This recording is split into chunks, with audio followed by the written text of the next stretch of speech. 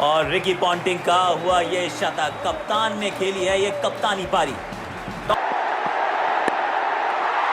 There you go, 14th one-day 100 for Yuvraj Singh. ये कहानी है चंडीगढ़ और केरल से आए हुए दो लड़कों की, जिनकी जिद और जुनून ने कंगारुओं का घमंड तोड़ दिया था। ये कहानी है उस दौर की जब क्रिकेट की दुनिया पर सिर्फ और सिर्फ कंगारुओं का राज हुआ करता था। उनके सामने देश कोई भी हो, उनको कोई फर्क नहीं पड़ता था। क्रिकेट की दुनिया पर केवल उसकी बादशाहत चलती थी। वो किसी भी टीम को खुलकर चुनौती देती थी।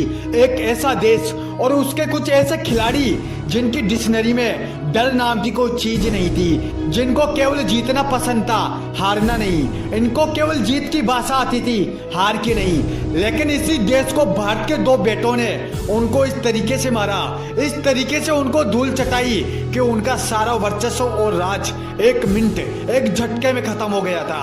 उस दिन मैदान पर 38 मिनट तक चले उस संघर्ष ने भारत को फाइनल की राह दिखा दी थी, कंगारुओं का घमंड तोड़ दिया था। 2007 टी20 विश्व कप सेमीफाइनल मैच, ऑस्ट्रेलिया बनाम भारत। आतंक का दूसरा नाम ऑस्ट्रेलिया, जिसके पास Adam Gilchrist, Ricky Ponting, Matthew Hayden जैसे विध्वंसकारी बल्लेबाज जो पल भर में मैच को छीन कर रखने की क्षमता अपने पास रखते हैं। इस मैच का नतीजा पहले ही साफ था। मैच केवल औपचारिकता बन गई थी। पूरी दुनिया को पता था कि मेरा भाई ये जो सेमीफाइनल का मैच है ना, वो ऑस्ट्रेलिया ही जीतेगी। भारत के लिए इस मुकाबले में कुछ भी नहीं था। सट्टेबाजों के जो सौदागर थे, उन्होंने 90% पैसा तो ऑस्ट्रेलिया पर ही लगा दिया था। 10% लोग थे जिनको भारत पर विश्वास था। इम्तिहान की घड़ी नजदीक आ चुकी थी। पहले बल्लेबाजी करने के लिए भारत के दो शेर गौतम गंभीर और वीरेंद्र सहवाग आते हैं, लेकिन ऑस्ट्रेलिया के विनाशकारी गेंदबाज मिचेल जॉनसन ने पहले तो गौतम गंभीर, उसके बाद वीरेंद्र सहवाग को ज्यादा देर तक मैदान में दिक्कत नहीं लेने दी। उनको क्लीन बोल्ड करके मैदान से बाहर का रास्ता दिखा दिया। रॉबिन उथप्पा और महेंद्र सिंह धोनी भी भाई चल दिए उनके पीछे पीछे। भारत ने ऑस्ट्रेलिया के सामने धीरे धीरे अब अपने घुटने टेकने शुरू कर दिए थे। 100 रन भी बना पाना बहुत मुश्किल था। सारी इज्जत मिट्टी में मिल चुकी थी। भारत एक शर्मनाक ऑल आउट की ओर बढ़ रहा था। हिंदुस्तान के फैंस जो ये सोच कर आए थे कि विश्व कप हमारा होगा, लेकिन विश्व कप जीतने की तो दूर की बात है, पहले उस जगह पहुंच जाए वो अपने आप में एक बहुत बड़ी बात थी। अब लगातार हर एक ओवर के बाद, हर एक गेंद के बाद भारत का खेल खत्म होता जा रहा था। लेकिन वो किसी ने सच ही कहा कि मेरे भाई, नतीजों से पहले जीत की कामना नहीं करनी चाहिए। ये क्रिकेट है, क्रिकेट किसी भी वक्त पलट सकता है।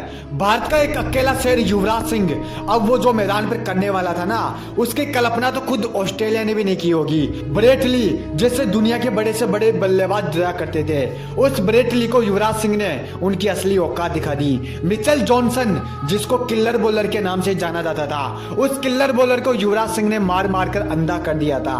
उसकी सारी हेकड़ी एक मिनट में निकाल दी थी। माइकल क्लार्क, वो तो बेचारे बिना कोई वजह ही युवराज सिंह के हत्थे चढ़ गए। युवराज सिंह ने उस दिन किसी भी ऑस्ट्रेलिया के गेंदबाज को नहीं छोड़ा था, उनको गली का गेंदबाज बना डाला था। जो भारतीय टीम मेरे भाई एक शर्मनाक तरीके से ऑल आउट की ओर बढ़ी रही थी ना, अब उसी भारतीय टीम के बोर्ड पर 188 रन थे। युवराज सिंह ने 30 गेंदों में 70 रन की महाविध्वंसक पारी खेलकर एक बार तो अपनी टीम की इज्जत बचा ली थी। लेकिन क्या ये युवराज सिंह के 70 रन, हिंदुस्तान के ये 188 रन ऑस्ट्रेलिया को रोक पाते? बिल्कुल नहीं मेरे भाई, क्योंकि मैंने पहले ही बताया था कि ऑस्ट्रेलिया के पास ऐसे विध्वंसकारी बल्लेबाज थे जिनके सामने 250 का स्कोर भी कुछ नहीं। तो भारत ने तो वैसे भी 188 रन ही बनाए थे, लेकिन लड़ने से पहले ही मैदान छोड़ देना ये कोई बहादुरी का काम नहीं। ऑस्ट्रेलिया की ओर से रनों का पीछा करने मैथ्यू हेडन और एडम गिलक्रिस्ट आते हैं। मैदान पर उन्होंने कदम रखा और भारतीय गेंदबाजों की धुलाई चालू कर दी। कभी गेंद इधर जा रही थी तो कभी गेंद उधर जा रही थी। इन दोनों बल्लेबाजों की बल्लेबाजी को देखकर संपूर्ण विश्व ने पहले ही सोच लिया था कि 100% इस मैच को ऑस्ट्रेलिया ही जीतने वाली है। लेकिन श्रीसंत ने एडम गिलक्रिस्ट को इससे पहले कि वो और भी ज्यादा घातक साबित हो पाते, समय रहते ही मैदान से लौटा दिया। जस्ट इसके अगले ही ओवर में इरफान पठान ने ब्रेड हॉक को भी ज्यादा देर तक मैदान पर नहीं टिकने दिया। लेकिन एक बल्लेबाज मैदान से लौटा तो दूसरा विध्वंसकारी बल्लेबाज मैदान पर एंट्री ले चुका था, जिसका नाम था एंड्रयू साइमंड। तुम इतिहास उठाकर देख लो, एंड्रयू साइमंड ने आज तक किसी भी देश के गेंदबाज को बख्शा नहीं है। उन्होंने आते ही भारतीय गेंदबाजों पर हमला बोल दिया, भारतीय फैंस की उम्मीदों को लगातार तोड़ना शुरू कर दिया। जैसा नाम वैसा काम। 26 गेंदों में 46 रन, यह उसकी क्रूरता का एक सबूत था। लेकिन इरफान पठान ने एक बार फिर से भारत की उम्मीदों को जगा दिया। एंड्रू साइमंड भी अब ड्रेसिंग रूम में बैठ चुके थे। उसके कुछ देर बाद ही माइकल क्लार्क भी हरभजन सिंह का शिकार बन जाते हैं। लेकिन इससे थोड़ी कुछ होने वाला था। ऑस्ट्रेलिया के सभी महाप्रलयकारी बल्लेबाज मैदान के बाहर बैठे थे, पर अभी भी मैथ्यू हेडन मौजूद थे। वो अपने काम को बखूबी तरीके से अंजाम दे रहे थे। उनको जैसे ही लगा कि भाई अब मैच पास में आ चुका है, उन्होंने एकदम से भारतीय गेंदबाजों पर अपना और भी बुरी तरीके से पलटवार शुरू कर दिया। मैच अब भारत के हाथों से निकल चुका था। हिंदुस्तानी फैंस के चेहरे एक बार फिर से मायूस हो जाते हैं। भारत के कप्तान की आंखों से आंसू निकलने लगे थे। पूरा हिंदुस्तान उस दिन रोने लगा था। अब कुछ नहीं होने वाला था। लेकिन तभी वीरेंद्र सहवाग धोनी के पास गए और उनको कुछ कान में कहा और वापस अपनी जगह लौट आए। उसके अगले ओवर में गेंद श्रीसंत के हाथों में नजर आती है। मैच अब आखिरी ओवर में था। श्रीसंत के सामने थे मैथ्यू हेडन। पहली गेंद पर मैथ्यू हेडन ने जोरदार बल्ला घुमाया और छक्का जड़ दिया। ये छक्का जैसे ही लगा, पूरे हिंदुस्तान के फैंस का दिल छल्ली हो गया। दूसरी गेंद पर फिर से मैथ्यू हेडन ने एक बार जोरदार बल्ला घुमाया और फिर से छक्का लगा दिया। जैसे ये दूसरा छक्का लगा, उस दिन कप्तान की आंखों में आंसू साफ साफ दिख रहे थे।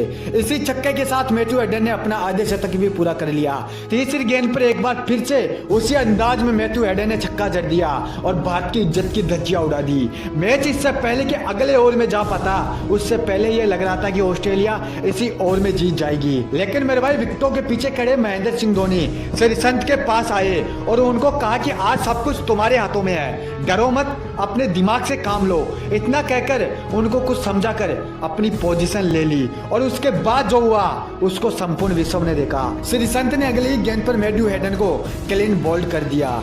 चारों तरफ जश्न का माहौल था। सभी भारतीय फैंस खुशी के मारे चिल्ला रहे थे। यह मैच भारत ने 15 रनों से जीत लिया था। ऑस्ट्रेलिया की बादशाह को खत्म कर दिया था।